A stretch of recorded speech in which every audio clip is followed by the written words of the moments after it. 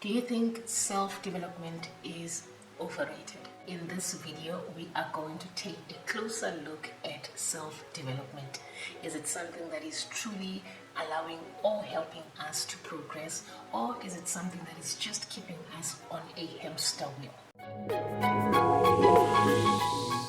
As a personal development coach, coaching numerous clients over the years, something has sparked or intrigued me when it comes to human behavior.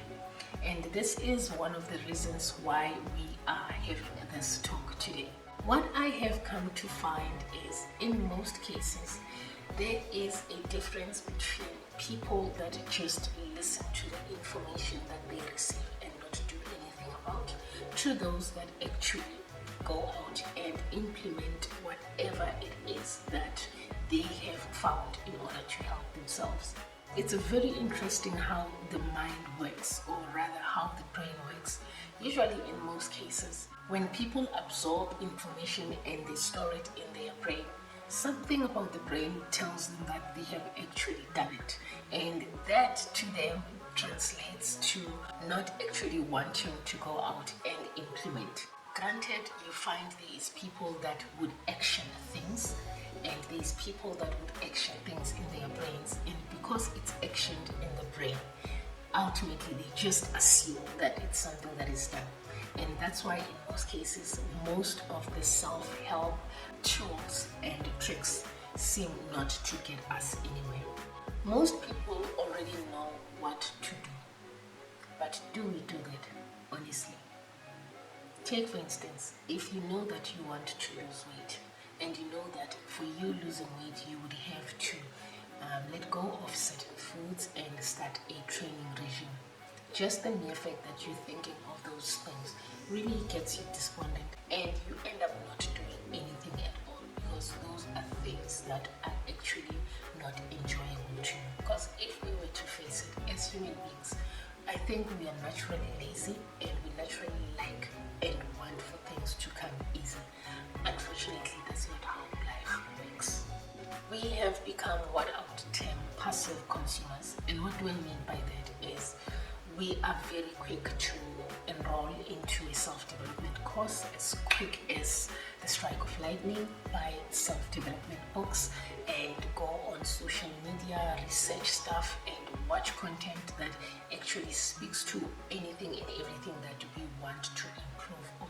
However, we don't follow through to the T. Instead of actioning the information that we have consumed, what we tend to do is we would just put the book down, or decide not to follow through with the course, or stop the research altogether. And in turn, this actually gives us that illusion of progress.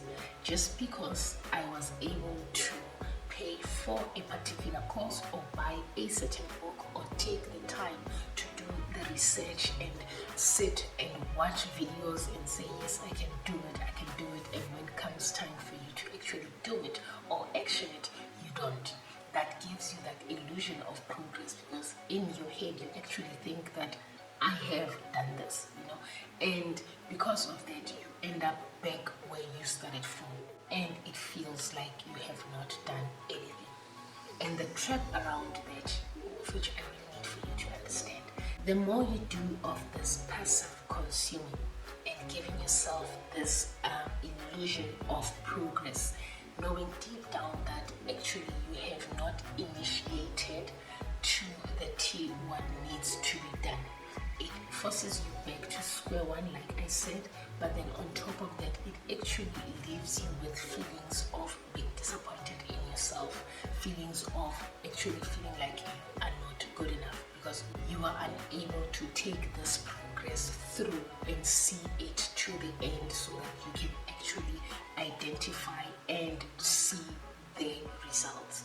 And this instant presents to us that one element in this whole jargon that seems to catch a lot of us off guard, of which is actioning the information, the ideas, and the knowledge that you have received from wherever you have received, in order for you to come back and say, yes, it works, or no, it doesn't work.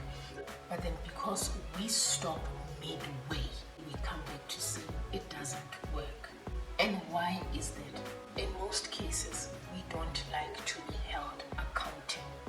And even worse, if it is self-accountability that is required, it feels and seems like the most difficult thing that one can leap or jump into. I remember going through a course with one of my coaches, and he once said to me, if you can hold yourself accountable when no one is watching and keep to that, you would have won half, if not 3/4 of the race. But then we seldom hold ourselves accountable because let's face it, it's just one of those things that are just not easy. So I would ask, is self-development really overrated?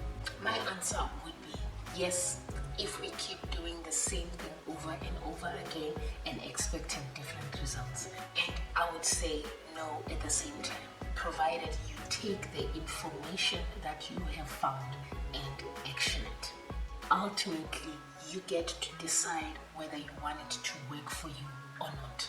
And it's just as simple as carrying the plan through or not carrying the plan through. Now, I can leave this video here and hope that you would give it a think and look at where you might want to improve. However, I would just like to add just a few more tools that you can use in order to help yourself level up in this game. Number one is, this is something that we all know. This is something that we have all heard before. However, like I said earlier on, that most of us know what to do, but then when it comes to the crunch of doing the things, we tend to dismiss the action itself, which is to plan. Plan and plan and plan.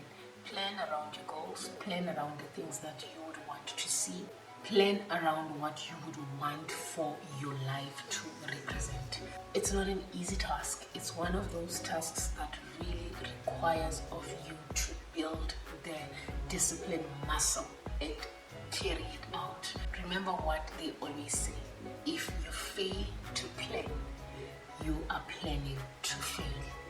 So give it to yourself. Push yourself to actually say, you know what, I am going to sit this through and plan what I would like for my life to represent. That's the first one. Number two is keep your mouth shut. There is no easier way to say that. I just have to say it as rude as it sounds, and pardon me for that.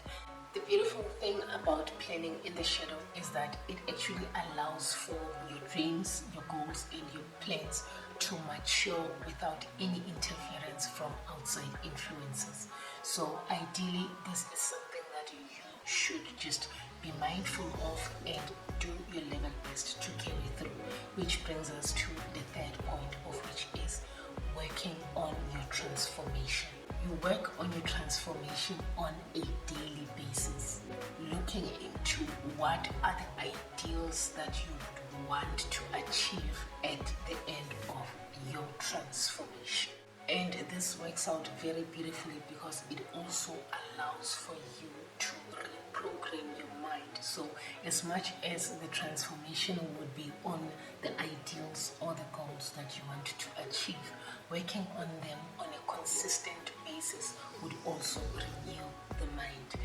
Which brings us to the last but not least point on my list, which is accountability. The most beautiful accountability, as I said earlier on in the video, is the kind of accountability that you can put on yourself without showing off to anyone, knowing that you have this on your head and you are accountable to put the accountability on yourself. I hope that makes sense. And with that being said, I hope that these nuggets would add value on your way to developing yourself. Remember, at the end of the day, you decide whether self-development becomes a deception or actually an improvement in your life. And as always, I will see you on my next upload.